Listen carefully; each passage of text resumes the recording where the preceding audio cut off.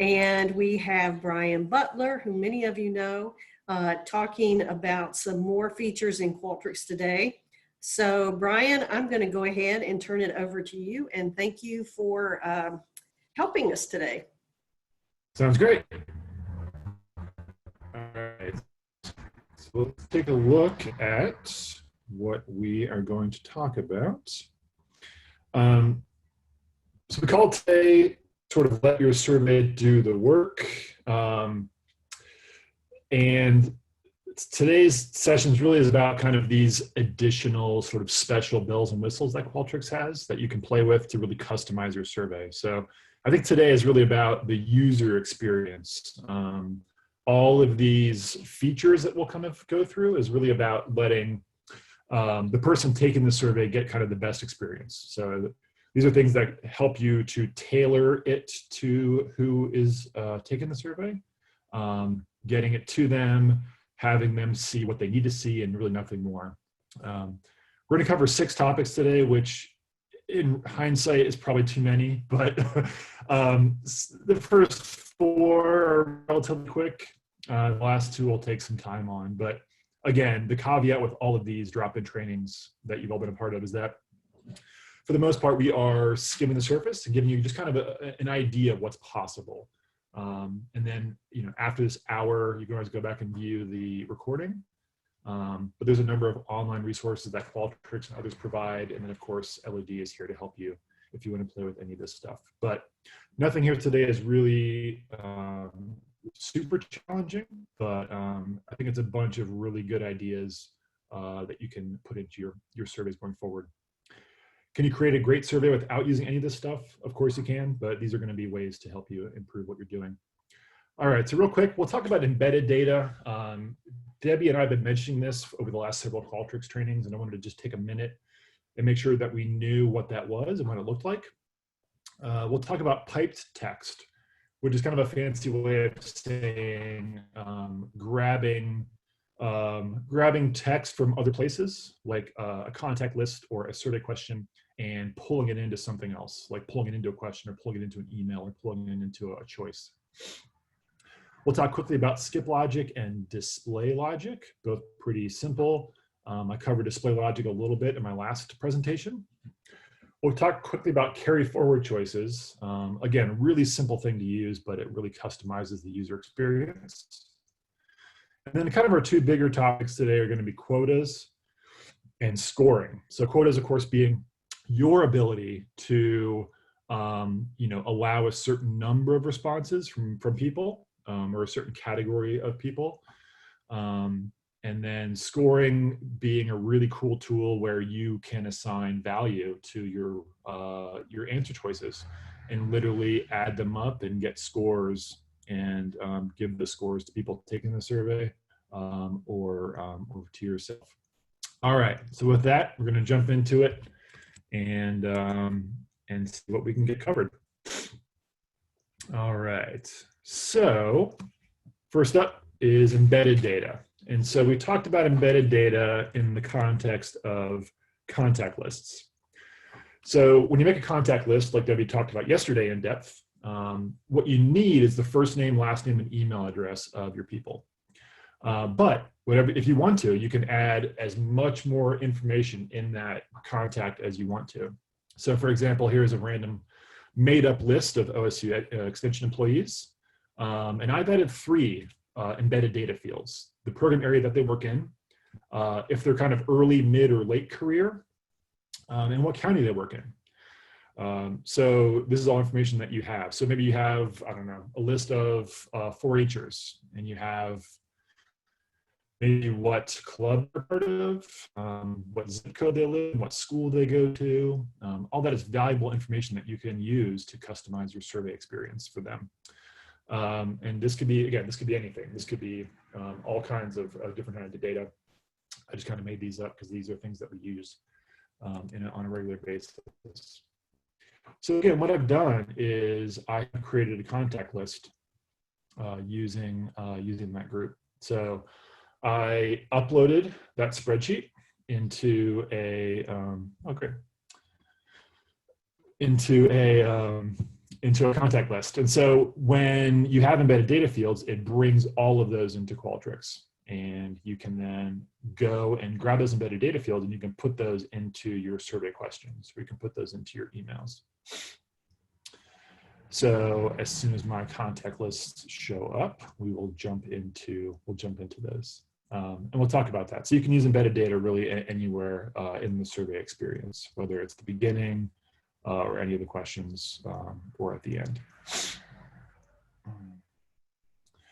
So while that's loading, having kind of a slow day today apparently, let's go. Okay, so here are all my contact lists. Again, Debbie talked about these in depth yesterday. And I'm gonna find the one that I just uploaded today. So again, here is the one that I made yesterday. And just to kind of show you what it looks like, it's gonna look pretty much like any contact list that you would have made. It's gonna have the person's name and email address. But then hiding in the background is going to be their particular values for those 3 fields, which was career, county, and program area. And if this is going to be really slow, I might just not worry about it and just jump right into the survey, but we'll give it a second.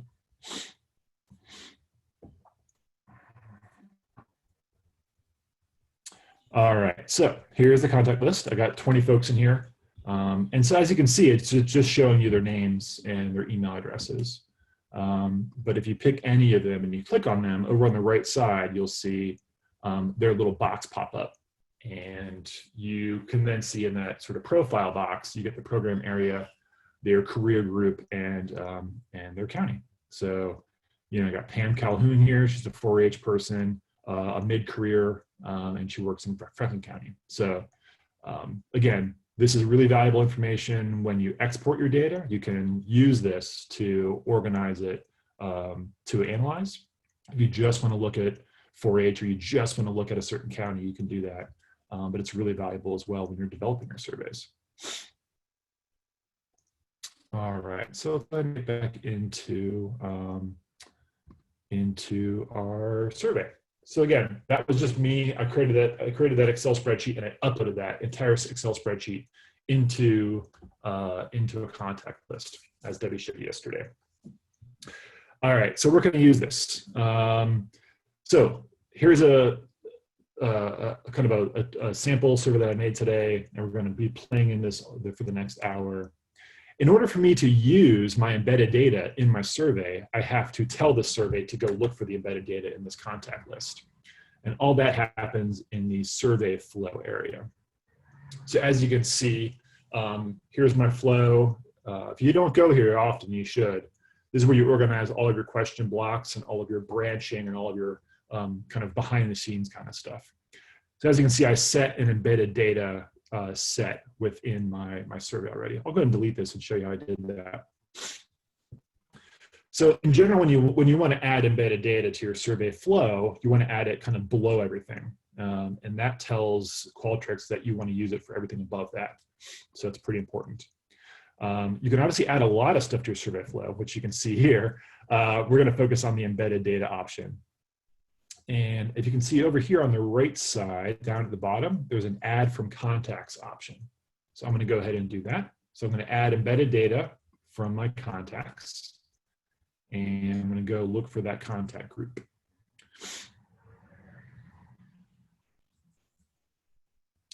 And here they are. All right. So 20 people in the group, and it's showing me in this little kind of pea green bars that I have program area, career group, and county as my embedded data. So I'm going to hit OK. And now that embedded data is now matched up with my survey. So I can go and I can grab that embedded data for any of my questions or any of my answer choices that I want to. And as always, make sure you save before you move on. All right, so that's how you add sort of embedded data to your survey. And now we can use that throughout the next section. All right, pipe text. Let's move on to number 2. So pipe text is, again, simply going to get something and bring it into something else. So you're going to go get embedded data. You're going to go get an answer choice. You're going to go get something from somewhere else and put it into your question or put it into put it into your survey. If you can hear my dog, please excuse her. Apparently something's outside. So, all right. So let's go ahead and use that. I think we can do, let's see. Yeah, let's do this. So where do we want to pull this in? All right, so for example, here's a question that you might use if you had a conference that you're evaluating. So, which program did you attend during the breakout session number 2? So you might come over here and so again, these little cogs over here, you can always find a variety of things there, including adding embedded text to anything that you want to. So let me think here. I think we're going to go ahead and use it for, let's see, an answer choice. So if you pick, let's say, yeah, Leadership 101. Trying to think what I wanted to do here. So we're going to, let's see. Well, I have a new question. How about that? What did you think of the program? Something, right? So as you can see, as I'm typing that question, right here we have a pipe text option.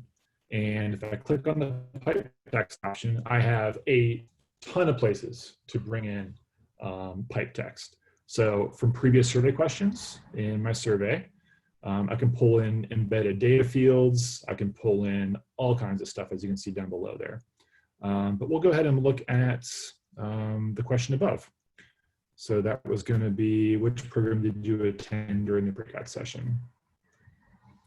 And so if I go in there, I'll get a bunch of choices. So for example, I might pick on the selected choice. So again, this is me telling this question to go somewhere else and pull in some data, some pipe text. I wanted to bring in the selected choice of the question above, which it has done right there. So again, that big blob of stuff that just came in is Qualtrics telling me that whatever the person selected above, it's going to populate this question. And then this could be what? This could be, let's see, what did we think about it? We thought it was, let's see, there we go. Okay. So we're going to ask this person what they thought of whatever session that they picked. So in the past, we might have done something like some generic, right? So what did you think of the program that you attended during breakout session 2? And that's perfectly fine if you want to do that. But in this case, go ahead and preview it, you'll see what happens. It's going to create a really kind of individualized experience for so whatever they pick is going to populate in that question below. So again, using preview survey, we're able to see all of our questions and how they're going to look. Be cool if this is faster today, but I guess it's just going to be what it's going to be. All right. So while that's loading, we can go and we'll come back and take a look at it. All right, another place you can use pipe text is embedded data. So going to get embedded data and coming back. So for example, let's see, if we did, how would you rate your overall experience? Okay, here's one. Okay. This one's going to get a little bit advanced, but this is kind of fun. All right, I want to create a question that goes and gets embedded data. So this is a situation where I am emailing this I'm emailing the survey to those OSU extension employees that I showed you earlier, the contact list. So what I might type if I didn't use embedded data is I might say, you know, as an educator at your point in your career, how would you rate your overall experience in extension? That's a decent question, right? It's kind of generic, it's kind of simple. But what if I wanted to write a question that said, you know, as a mid-career educator who works in 4-H, how would you rate your experience in extension? If I were to get that question in a survey, that would really speak to me a lot more than just a generic one, right? If it literally was going to get my information and putting it into a question, that would be tremendous. So you literally would do the same thing as you did with your embedded data, but now you're just going to go, or as you did with the pipe text earlier, but you're going to go to your embedded data. So for example, I'm going to add some pipe text to my embedded data field. And as you can see, it is going to pull up the fields that are in my embedded data, which are program area, career group, and county, right? So let's say career group, and we're going to insert that. So it's going to say as a mid, early, or late career employee in, let's add program area. So embedded data field, program area, and we'll insert that.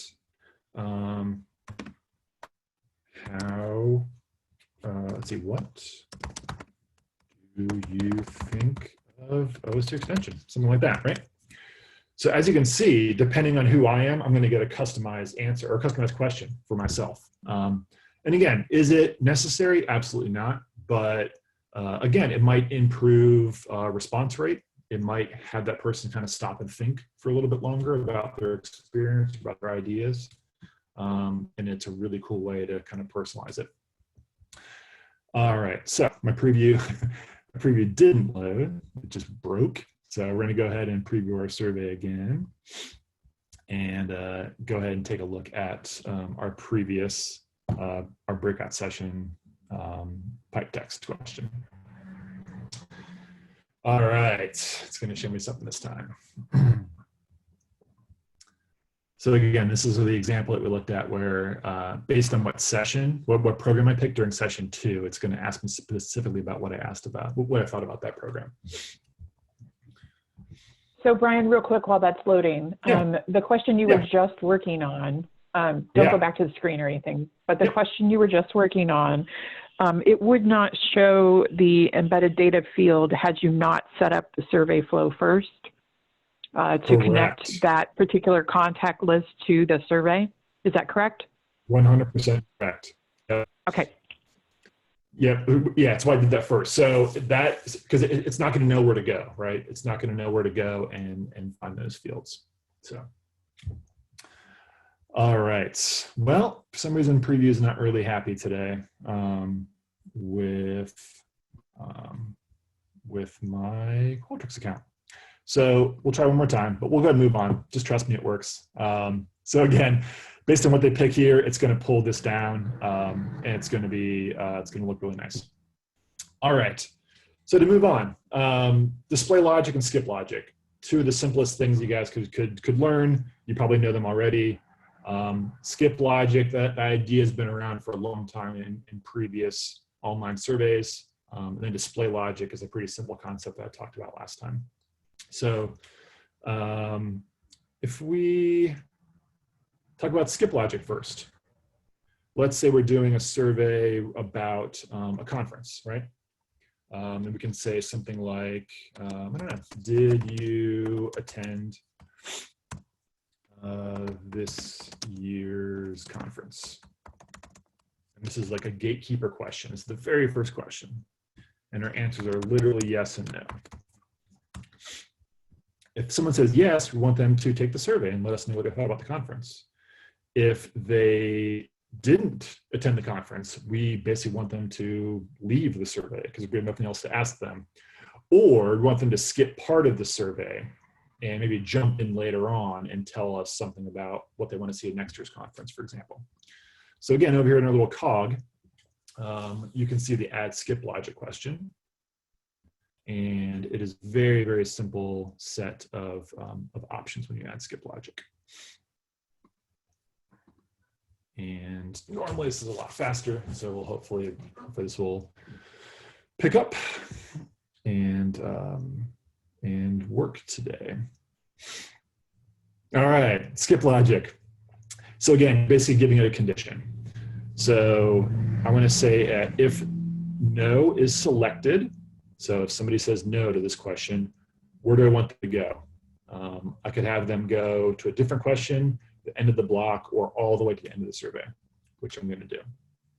And I hit done, and that is it. So literally, they would see that first question, and depending on what they would answer, they would either, if they had said yes, they'd go on to the next question. If they said no, they would literally be sent to the end of the survey.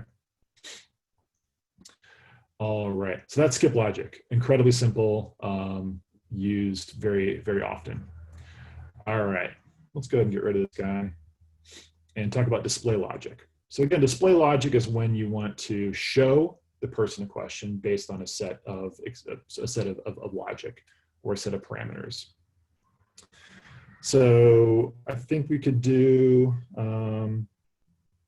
yeah, let's see. So this question I threw in here, what program area do you work in? Let's say we don't have that embedded data, and we want to ask them this question. We might throw in a different first question, something like, do you work for OSU extension? And again, maybe yes and no, just to kind of have something. So if they say no, then there's no point in asking where they work, right? If they say yes, then I want to know what program area that they work in. So I want this question, the program area question, to be displayed if they said yes. If they say no, I don't want it to be displayed. So what I can do there is I can add display logic and then just craft my logic statement. So if the question,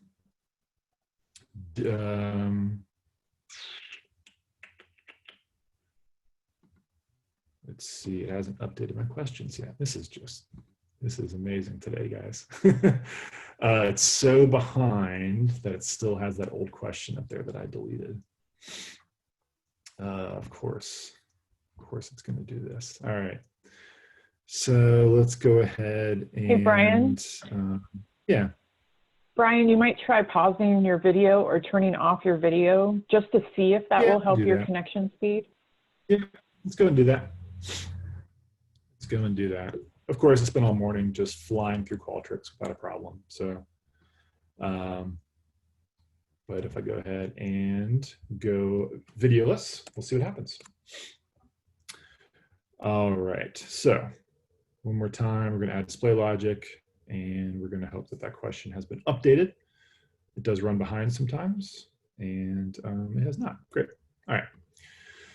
So what you would do normally. Hey, Brian. Is you okay, would, never mind. Yeah. I lost your screen there for a minute. It went to your desktop instead of Qualtrics, but maybe I'm the only one. Is it it's back now. Is it back? All right.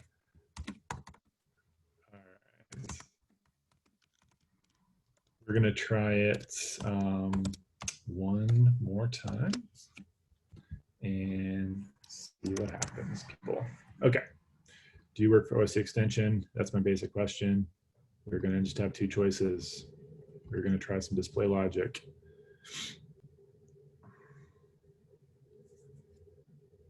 And again, you put display logic on the question that you want to have the condition placed on it.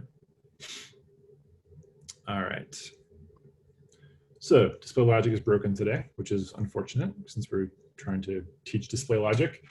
All right, so you can also do display logic on embedded data, people. So if you want to not just rely on a question, you can display a question to somebody using one of those fields that are in your contact list, which is very, very cool. So if you only wanted a question to be shown to people who work in 4-H or who work in A&R, then you could do that. So again, if you're emailing these out using Qualtrics and you have embedded data fields, you can really pull in those fields from, or use those fields in your embedded data to show questions to people.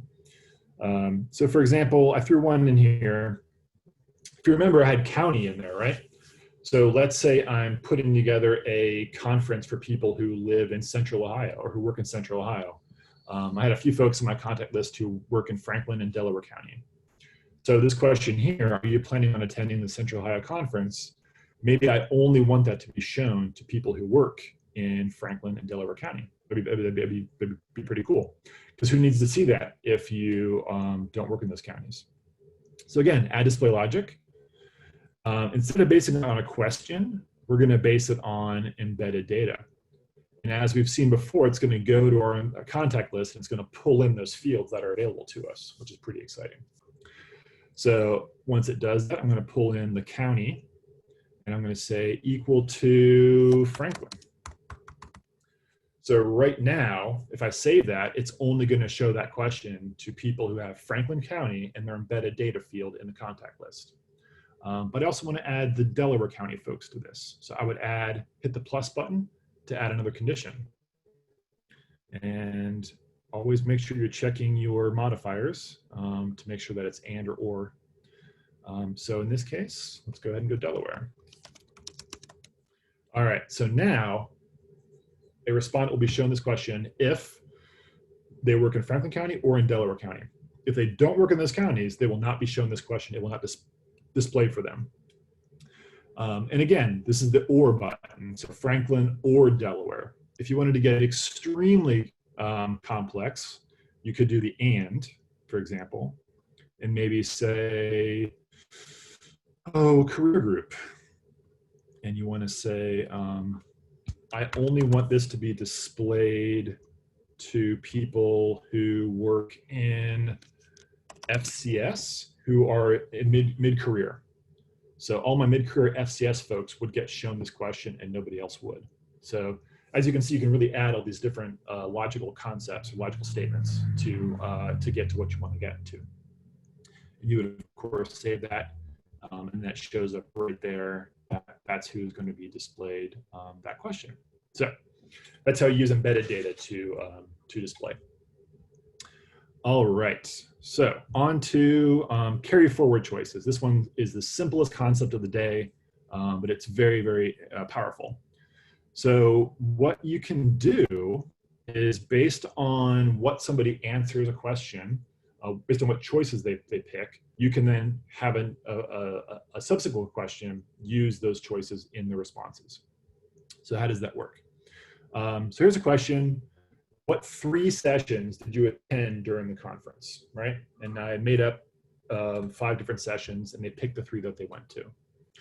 Let's say I really want to know like which one of those was the most beneficial. So maybe I'll add a new question that says, which session was most beneficial? Now, I could just take all 5 of those and put those down here, but they would be shown options. They'd be shown sessions that they did not attend. So I only want to show them as sessions that they did attend. And so I'm going to carry forward their choices from this question down to my next question. And again, under the cog, you have the option to carry forward choices. And then once you select that, you get what looks like this. So this question is going to carry forward the 3 options that they picked in the question above. So they will literally just see what they chose. Super simple, but a very powerful thing in that you can take this, you can use this like in a matrix question too. So it'll take matrix statements from one area down to the next area, or scale questions from one down to the next. There's a lot of options with carry forward choices. I think the most common is things like that. So a company might use it like, which one of our products have you used in the last year? And then it'll ask you questions about those products based on how you've answered. So those kind of things. All right. All right, so that's carry forward choices. Very simple, but a really powerful tool. Okay, so we've got about half an hour left, which is kind of my goal, because we need to talk about quotas and we need to talk about scoring. So these are really two really great options to help you manage your survey. Again, these are kind of more behind the scenes things. And so the first four really focused on the user experience. Scoring gets into that a little bit, but these are things to really help you kind of manage your respondents and their selections. All right, so quotas. If you're unsure what a quota is, it is simply kind of the way to go back to the video. Okay. Quotas are a way to limit the number of respondents or the type of respondent to a survey that you have. So for example, let's say you want to send a survey out and you want to get 100 responses and you want no more than 100 responses. So basically like the first 100 people to respond, you collect those responses. Anybody at 101 or above, they do not get to respond. That's a really simple way to do it, limiting the overall response number. This question here, what program area do you work in primarily? Let's say I want to have, let's see, 4 program areas. I want to have 25 responses from 4H, 25 from ANR, 25 from CD, 25 from FCS, and then close it. So I can go and I can add a quota to each one of those individual choices. Or maybe 40 4H and 50 ANR and 10 CD and 30 FCS. You can do whatever you want. But that's a way to really kind of close things off once you got what you had. In the past, we might just put a survey out there, and then after 100, we'll just kind of like manually close the survey, or we'll collect 1,000 responses and then just chop off 900 and then not use those. So you have people responding whose responses are not going to be taken into account. So they're kind of wasting their time, basically. So this is kind of a way to help people not waste their time. All right, so let's get into quotas. This tool menu, it's kind of a new place for us. We haven't been here too often. But under the tool menu are some more advanced options of things that we've used in the past. Oh, great. All right, I'm gonna try it one more time, but if my tool menu is broken, then we're pretty much not doing anything else for the next half an hour. Okay, that's better. All right. So here are your tool options. There's a lot of cool stuff in here, including triggers, which we've talked about in the past, and a lot of neat stuff. As you can see, quotas is about in the middle, and this opens up a new menu, a whole new kind of quota dashboard. So let's start with that first one. Let's say we want to hit 100 and we want it to close. So we basically would go to add a quota, and it initially kind of wants you to put a quota on a question response, which makes a lot of sense. So what question are we going to use? We are going to use our first question. What program area do you work in primarily? And here are our choices: 4H, ANR, CD, FCS, or other. A few folks might hit other. I'm not too concerned about them. I want to kind of focus on the main 4 program areas. So if I say 4H is selected, then it is going to do what is called increment the quota. So increment the quota literally just means it's going to go from 0 to 1, or from 25 to 26. It's going to go up 1. It's going to count that response towards our quota. So our quota number is over here. So right now it is set to 100. And so that is going to, once it gets to 100, it's then going to essentially stop collecting responses. You can do whatever you want. You can do 1, you can do 2, you can do, I don't know, 1,000 maybe. I'm not sure what the limit is on the upper end, but you can do what you want. All right, so if I add in something else, again, like many things in Qualtrics, you can add as many modifiers as you would like, and go from there. So what we're going to do is we're going to add in everybody. So this is where I'm going to limit the number of total response. So for example, We'll leave the other out. So again, we have these ands, and I'm going to change this to ors, and we're going to see what we got. And I'm going to change my quota name to, we'll say total limit. What did I say? I said 100. All right, so what is this going to do for us? So this is going to increment the quota when a response is submitted that meets the following conditions. So if anybody selects 4H or ANR or CD or FCS, that ticker is going to start going up towards 100. And then once it gets to 100, it's going to shut essentially shut the survey off. Now that's going to just go from 0 to 100 no matter what they answer. So we could end up with like 54 4H responses and 27 ANR and 12 CD. It's just going to go to 100 totally until we get there.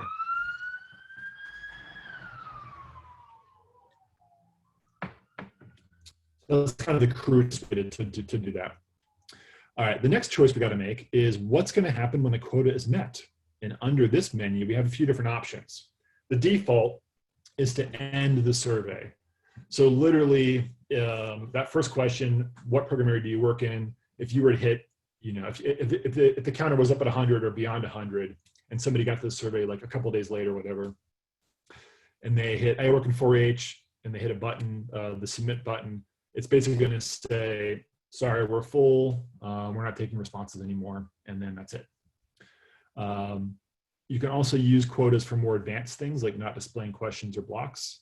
Not going to get into those because the kind of the main reason that we would use a quota system in extension is to kind of end the survey. You can customize it though, which is very cool.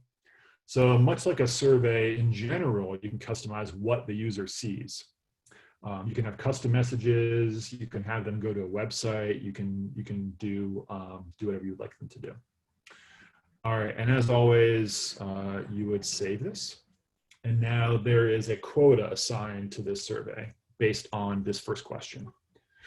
All right, so let's say we want to modify the quota because I realize now, wait a minute, you know, I want to have an equal number of responses for each program area. I'm going to go change this to 25 responses each. So I can go back into my quota menu and go and make a new quota. So here's my current quota, our program area that we just talked about. No, okay, that's the one I had earlier. All right, so here's my total limit quota. This is the one we just built. And that is, that's gonna do like a total limit. It's gonna add up all of those different choices. So let's say I don't wanna do that after all. We're gonna just delete that and get that out here. All right, add a new quota. All right, so my new quota, let's say I have one for 4H. And I want this to be 25. So if 4H is selected, it is going to increment my 4H quota, right? So I want to make basically one of these for each one of the program areas. Instead of doing this over and over again, I can basically just copy it. And it's going to keep those parameters. And all I need to do now is change this. So here's my ANR quota. So I'm going to come over here and say when ANR is selected, it's going to increment the quota. This is my CD. And this is my FCS. So there you go. So I now have a group of 4 smaller quotas. So this is going to allow me to collect 25 of each one of these responses. So that's pretty cool. When they end the survey, I want to customize it a little bit. So I did this earlier. I created some custom end of message surveys, survey messages. So for example, I made one for each one of the program areas. And those are in my message library in my survey. So as you can see, I've got a 4H one, an ANR one, a CD, and an FCS one. So I'm in FCS right now. So I'm going to pick the FCS end of survey message. So I don't need to show you that, but literally it just says, we've reached all of the, responses from FCS personnel that we need. Thank you for, your time, something like that. So I wrote a message just for FCS folks. So it's a bit more personalized and they kind of know why they're not being able to submit a response because we've met our quota for FCS. And I would do that for each one of those. And then save that, and it's immediately part of your survey. All right, so that is the basics of quotas. One more thing. Let's say you launch your survey out into the world, and then you realize, oh, wait a minute, I need to put a quota on this because I'm getting too many surveys from A&R. And you want to kind of add a quota as your survey is already being open. That's totally okay. So let's say I noticed that I already have 23 A&R responses. And I only want 2 more. If I were to launch my quota like this, I would allow it to collect 25 more because it's starting at 0. So that's obviously no good. But what you can do is you can set your count to what you have already collected. So as you can see, I just set my count to 23 out of 25. So now when I launch this, or now when I save this, I'm going to get 25 4H, 25 CD, 25 FCS, and there's only room for 2 more A&R responses. But this has been out there in the world for a while. Let's say I've already gotten 12 4H responses, and I've already gotten 6 CD responses, and I've already gotten 14 FCS responses. So, okay, I forgot my quota, but I added it now, and now I'm going to save it, and now it's going to collect what's left of the quota from each of those groups. So, again, add quotas whenever you want to. One more way you can add a quota is with embedded data, of course, right? So those are all based on the question, but let's say I email this out and I have, I want to build it on embedded data. So again, you're emailing this out to your staff. If we think again about our counties and our career groups, maybe let's say I'm doing a kind of a satisfaction survey, right? And I want representation from early, mid, and late career professionals. So we can say, new folks, I want to get 35 responses from anybody who is an early, who's actually we only have 20 in the group, don't we? Okay, so I want to get 5 responses from anybody who's in that early career group. And I want to, let's see, we'll call this early, and we'll call this mid, and so on, right? So this is how you can build them with embedded data. So again, if you already know what program that they work in, then you can go ahead and set these with embedded data and basically control your survey and who responds to it. All right, so one more really fun way to use quotas is to attach a quota, not to the whole survey, but to a specific choice in a survey. So I threw this question in here. What session would you like to attend? 10 o'clock, 11 o'clock, and noon. So let's say you're creating a conference and you have breakout rooms, and each one of those breakout rooms can only hold 20 people, and they have to pre-register. Or you only have 20 slots per time slot. So let's say you're doing a training at 10, 11, and noon, and you have room for 20 folks in each one of those. If you didn't put quotas on this and people were registering, you might get 40 responses for one of those time slots. And then what do? You don't have room for everybody. So I want these to each allow 20 responses. And then once it hits 20 responses, I want that choice to not be shown anymore. So how do I do that? So we're going to go up here and we're going to build a new quota. And we're going to tie it to those answer choices, which is pretty exciting. All right, so back to our quota menu. And we're going to just start all over, and we're going to create a whole new one. Let's get rid of these first. Oh, wow. This is exciting. I have to type in delete to make it delete. All right, new quota. And we're going to call this 10 a.m. for my 10 a.m. time slot. I only want 20 people to be able to do that. So the question, of course, is, I've already forgot. Which session would you like to attend? Yeah, okay.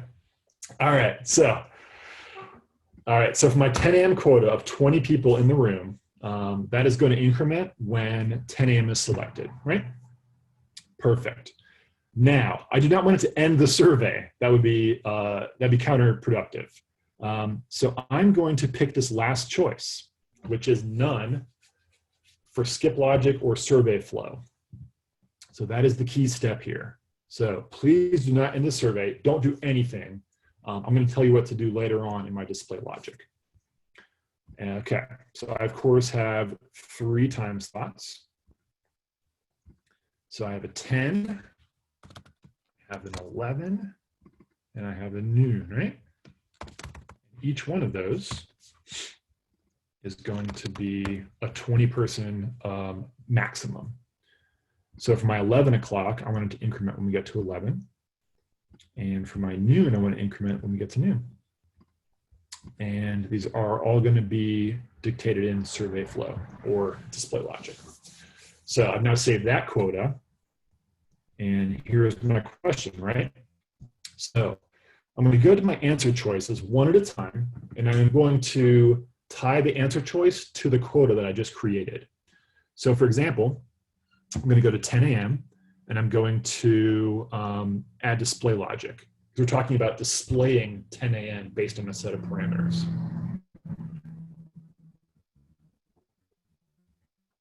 And again, instead of a question, we are going to display this choice only if the certain quota is met or not met, right? All right, so my quota, my 10 a.m. quota, which I named earlier, has not been met. All right, so let's read that logical sentence. Display this choice only if the condition is met. So it is going to show that, it's going to show the 10 a.m. option if that quota has not been met. All right, so if the quota has been met, then that means it's at 20 or above. So it's not going to display the option. All right, and this little arrow shows that we have display logic. Select the 10 a.m. option. What's that? Because it won't show up. Yeah. All right, so yeah, thanks. So we need to do that for each one of our choices. And so we're going to pick the 11 a.m. quota, and we're going to say it has not been met. So again, if it's not been met, then it's going to display. If it has been met, then we've got 20 or above, and they can't even choose that option. And we'll add this to our noon. And we are good to go. So without showing this to you, if you were in fact to launch a survey, get to this question, if the noon quota has been met, then the respondent will literally only see 10 a.m. and 11 a.m. as options. And then that's what they can pick. So, all right. So that is using quotas for choices. Super helpful if you want to, I don't know, set up interviews with people, or if you want to have a staff meeting that you want to limit, or if you do a conference that has room size limitations. Very, very helpful. All right, so in the last 10 minutes, we're going to talk about scoring, which is pretty straightforward. So again, scoring is a way to simply assign scores to people's answers. So this is very, very useful when you have, let's say, using the survey as a test, maybe. And there are actually like right and wrong answers for certain things. So that is where you can do this. So, on one way to do it might be to export, have someone take the test, and then maybe you export the data to Excel, and then you assign your own scores. You assign your own scores to the data in Excel. So if you're with me a couple weeks ago, we did kind of we used Excel to do a bunch of data analysis, and I used Excel to score down with diabetes data, and used Excel to add all that stuff up and get a total score. So that was fine for that, but I could use Qualtrics for that as well and kind of skip that Excel step. So let's go ahead and open up. I got kind of a sample, a very crazy sample scoring survey with a bunch of different stuff in it. You can really add scoring to the most basic question types. So obviously multiple choice, matrix, side by side. You can add it to open-ended questions too, which gets interesting. But the way you do this is by going up to our tool menu again, where we were for our quotas a few minutes ago, and we're going to select the scoring option, and that's going to open up a whole scoring window as well. So the questions that I have here for us, I've got one from the diabetes evaluation, asking about what raises blood sugar levels. I've got one, I threw one in there with like a performance review edge. So we're asking you about people's goals and performance review around communication and diversity and flexibility and all those things that we have to talk about when we do our performance reviews. All right, so under this tool menu, we're going to go down to the scoring option. And much like Quotas, it opens up kind of a separate dashboard where you can set up all of your scoring, and then you save it, and then it goes and it scores everything. So you're able to do kind of, if you have a simple survey and everything is just kind of being added up into one big score, then that isn't a problem. If you want to set up different categories, you can do that as well. So I might have a category for one part of my performance review. I might have another category for a different part of my performance review. So a lot of different options there. All right, so my Qualtrics is basically having a fit right now, but we'll try it one more time to get scoring done. And if this doesn't work for some reason today and we run out of time, we'll do an amendment.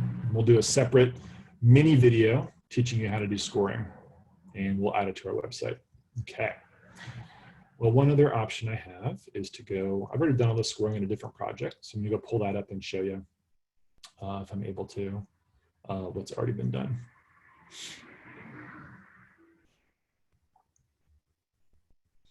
So Debbie, you scored recently, Debbie, didn't you, to help out some 4-Hers? Do you want to take a couple seconds and just explain how that worked? I'm sorry, which one? I was trying to answer a question in the chat box. Yeah, thanks. What was your question, Brian? Just take a minute and briefly explain how you recently used scoring to help out 4-H. Okay, so we are working, I've been working with Melinda Ryan and a couple other folks on trying to get some skillathons set up in Qualtrics so that 4-H members and junior fair members in general can take their skillathon virtually. And we used scoring in that. You just select the little cog there, you set up your scoring, like how many points the correct answer will get. And then you can set up your survey to either display the scores to the youth as they go along and take the survey, like after each question if you want to, or you can wait till the end to tell them what their total score was. So that's one of the ways. Master Gardener volunteers, there was somebody in one of the counties that was also setting up Master Gardener volunteer quizzes, and they were doing the same thing. Yep, it's fantastic. All right, so my Qualtrics is broken. So, and we are down to the last couple minutes. So we'll skip scoring for today. And like I said, I'll record a separate amendment to explain scoring. Oh, hey, look, it showed up. Wow. Okay. I was just going to say, Brian, we've got a couple of questions, but go ahead. Yeah. So briefly, folks, this is what scoring looks like. It is as simple as it gets. So literally what happens is it shows you your questions and you assign scores to them. So here is this first question about what raises blood sugar levels the most. I believe the answer is an apple. So if somebody answers apple, they get 1 point. If they answer the other things, they get 0 points. It's that simple. You can, assign whatever numbers you want. You can do negative scores. They can lose points if they answer something. You can do decimal points and give them partial credit if you want to. There's all kinds of options. So here's these performance review things. Let's go ahead and clear these out. So we're asking about them meeting expectations on a bunch of different items. And let's say I want to get someone's like performance score for the year. Maybe if they go here, they get 4 points. They get 3 points here. They get 2 points here, and they get 1 point here. A better way to do that is to use the autofill option. So next to these duties, you can literally tell it to score ascending or descending. So just like that, it gives you those scores. So once you kind of attribute scores to different answers, Qualtrics will literally add all these up. So the respondent or the person seeing this will get, hey, congratulations, or whatever you want to write. You scored, 10 out of 12 or 27 out of 30 or whatever it is. So the respondent can get those things. But again, these don't have to be linear. You can say, let's say communication is really important. And I'm going to make this worth, 10 points, and this is 5 points, or whatever you want to do. The open-ended stuff is really interesting, right? So how do you score open-ended responses? The question I put in here is, what is the capital of Kentucky? Which is, of course, Frankfort, or Frankfurt, spelled this way. So if somebody types that in exactly how it's put there, they will get a point. If they type it in any other way, they will get 0 points. Frankfurt is often misspelled. Let's say I want to give this person maybe partial credit. So if they spell it with a U, then I'm going to give them, 0.5 points, right? Let's say they don't capitalize it, but they spell it right, then they might get, 0.25 points. So these open-ended questions, you can score them, you can add a variety of different options and score them in different ways. And then once you're all done with that, you can then obviously save it and go back to your editor. And then when they take this, they'll get their score based on what they answered. We also have some scoring options. I don't want to get into these too much, but just to let you know about these. So for example, I set up categories. Part one of performance review was category, part two is a category.